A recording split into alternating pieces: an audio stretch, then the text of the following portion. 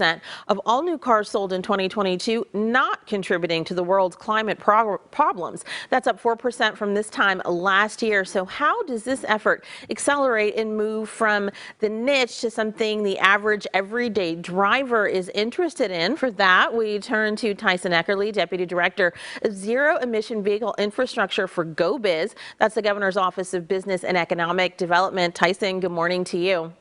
Good morning. Thanks for having me. Definitely. We're talking 1.13 million zero emission vehicles or ZEVs out there on California roads right now. And those purchases have been fueled by $319 million in incentives, right? Please explain. That's right. So we have this, we're really excited about this program. It's the Clean Fuels Rewards program, which is funded by the Low Carbon Fuel Standard.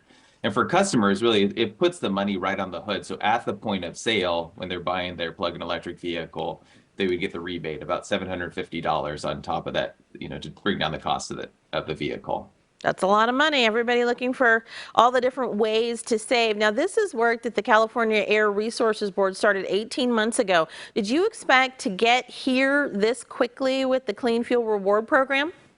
It's a great question. I think that, we're seeing a lot of interest, robust interest in the zero emission vehicle market. So in some ways, yes, we expected it, but it continues to grow at paces that, we need the market to grow. And also, in some ways have exceeded our expectations of where we would be at this point. 16% market share is a big slice of the market, especially this early in the zero emission vehicle market development phase.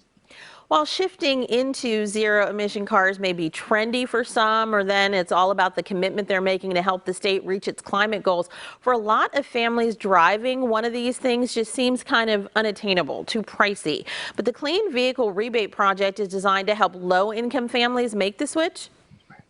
That's right. So we have the Clean Fuel Rewards program, which we just discussed, and there's also the Clean Vehicle Rebate Project, which has additional incentives on top, $2,500 on a hood. Depends on the car and the range of the vehicle for that incentive. But you start to layer those on and local incentives. And if people are interested, a great website to go to is electricforall.org.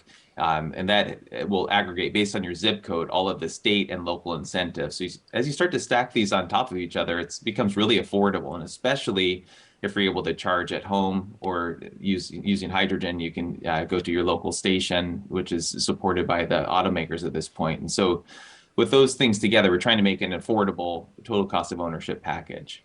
Alrighty, it's really important to point that out because a lot of people wouldn't think that there's something out there to help them at all. There's also something called Clean Cars for All. So even if somebody isn't ready to go all the way to electric or hydrogen, this helps lower income drivers upgrade their cars to newer and cleaner models, which I'm going to guess is still helpful to the state overall in reaching its climate goals. That's right. And Clean Cars for All is a really important program. We're working to take that program statewide. Right now, it's targeted in specific air districts. But what that does is take an old polluting vehicle off the road and gives really robust incentives to get into a new or used clean vehicle. Most of those are actually zero emission vehicles that people are taking up. So we're very excited about that program as well and increasing access to it statewide.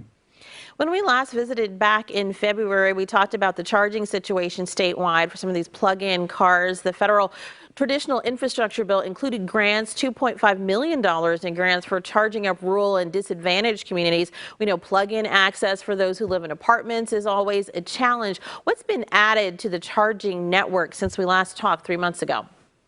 Well, since we last we are actually calculating those numbers now. We have about 80,000 chargers in California, if you look, with public access to them.